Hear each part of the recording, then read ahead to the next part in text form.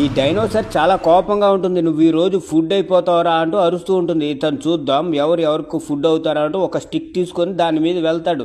అది మిస్ అవుతుంది. ఇతను ఏం పర్లేదు, నా బ్యాగులో నుండి ఇప్పుడు ఒకటి తీస్తాను చూడు అంటూ వెల్కమ్ అనుకుంటూ దాన్ని తీసి వెలిగిస్తూ ఉంటాడు. వెల్కమ్ బిగ్ బ్యాంగ్ బాంబ్ అని తీస్తాడు.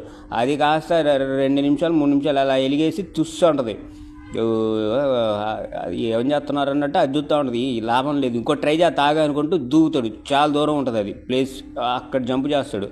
జంప్ చేసి పక్కన ఉన్న మరో స్టిక్ తీసుకుంటాడు.